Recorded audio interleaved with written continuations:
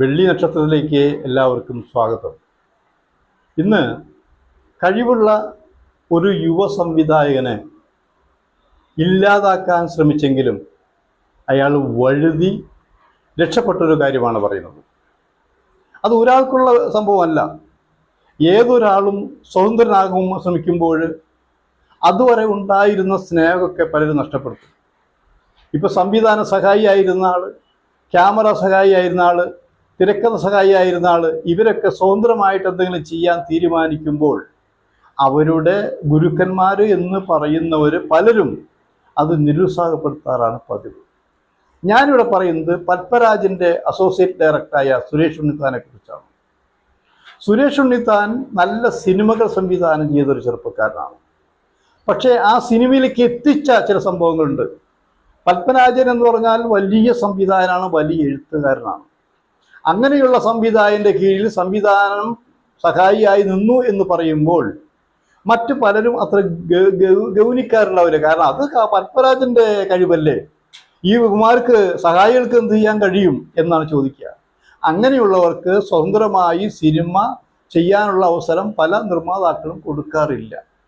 പക്ഷേ പത്മരാജൻ്റെ അനുഗ്രഹത്തോട് തന്നെ സുരേഷ് ഉണ്ണിത്താൻ പുതിയ സിനിമ സംവിധാനം ചെയ്യാൻ തീരുമാനിച്ചു. അതിനൊരു പ്രൊഡ്യൂസറേയും കിട്ടി. പ്രൊഡ്യൂസർ കുഴപ്പമില്ലാത്തൊരാളാണ്, ഗൾഫുകാരനാണ്. അപ്പോൾ ഉണ്ണിത്താൻ്റെ ഒരു ആഗ്രഹം, തൻ്റെ ആദ്യത്തെ സിനിമയുടെ തിരക്കഥ തൻ്റെ ഗുരു പത്മരാജൻ സാറായാൽ എങ്ങനെ ഇരിക്കും. പത്മരാജനെ പോയി കാണുന്നു. പത്മരാജൻ അത് പറ്റില്ല, സമയമില്ല എന്ന് പറഞ്ഞ് ഒഴിയുന്നു. സമയമില്ലെങ്കിലും ഇത്ര കാലാവധി വെച്ചൊരു തിരക്കഥ കൊടുക്കാമെന്ന് അദ്ദേഹം പറയില്ല. വിഷമത്തോടെയാണ് സുരേഷ് ഉണ്ണിത്താൻ തിരിച്ചു പോയത്. പിന്നെ ആര്? ഇങ്ങനെ പലരെയും കുറിച്ച് ആലോചിച്ചെങ്കിലും താനൊരു പുതുമുഖമാണ്. അപ്പോഴാണ് മമ്മൂട്ടിയെ കുറിച്ച് ആലോചിച്ചത്. മമ്മൂട്ടി പല പുതിയ ആൾക്കാരെയും പ്രോത്സാഹിപ്പിക്കുന്നു. അപ്പോൾ മമ്മൂട്ടി പോയി കാണാം. അപ്പോൾ അഥർവ ഷൂട്ടിംഗ് നടക്കുന്നൊരു സമയമാണ്.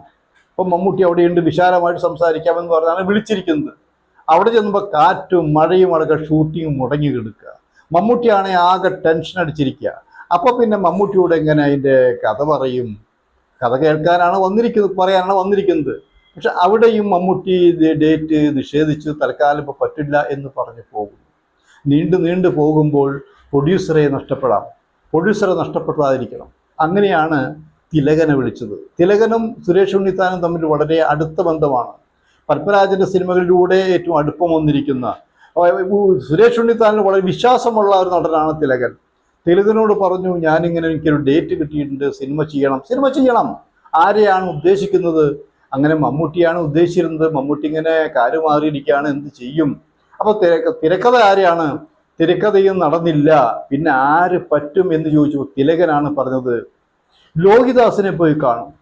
തനിയാവർത്തനം കഴിഞ്ഞ് ലോഹിദാസ് ഇരിക്കുകയാണ്. അപ്പോൾ ഒരുപക്ഷെ നിങ്ങളെ രക്ഷിക്കാൻ ലോഹിദാസിന് കഴിയുമെന്ന് പറയുന്നു. ലോഹിദാസിനെ വിളിക്കുന്നു, തമ്മിൽ കാണാമെന്ന് പറയുന്നു. ചാലക്കുടിയിൽ ചെല്ലുന്നു, അവർ സംസാരിക്കുന്നു. അപ്പോൾ ലോഹി ചോദിച്ചു, ആരാണ് നായകൻ? നായകനെ തീരുമാനിച്ചിട്ടില്ല എന്ന് പറയുന്നു. അപ്പോൾ നായകനെ തീരുമാനിക്കുക, അപ്പോൾ നമുക്ക് കഥയുണ്ടാക്കാമെന്ന് പറയുകയാണ്. പക്ഷേ അതോടെ ഉള്ള പ്രൊഡ്യൂസർ നഷ്ടപ്പെടുമെന്ന് വിചാരിക്കുന്നു.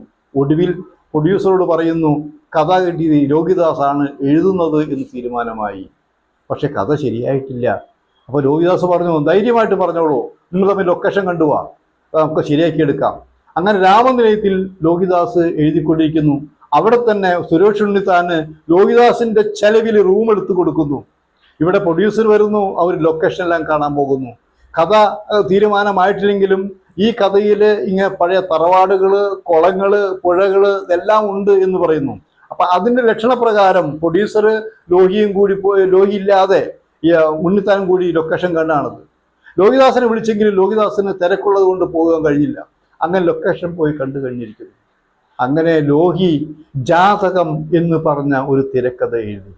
ആ തിരക്കഥയിൽ ജയറാമിനെ നായകനാക്കി അങ്ങനെ ആ സിനിമ ചെയ്യാണ്. സിനിമ ഹിറ്റായി മാറി.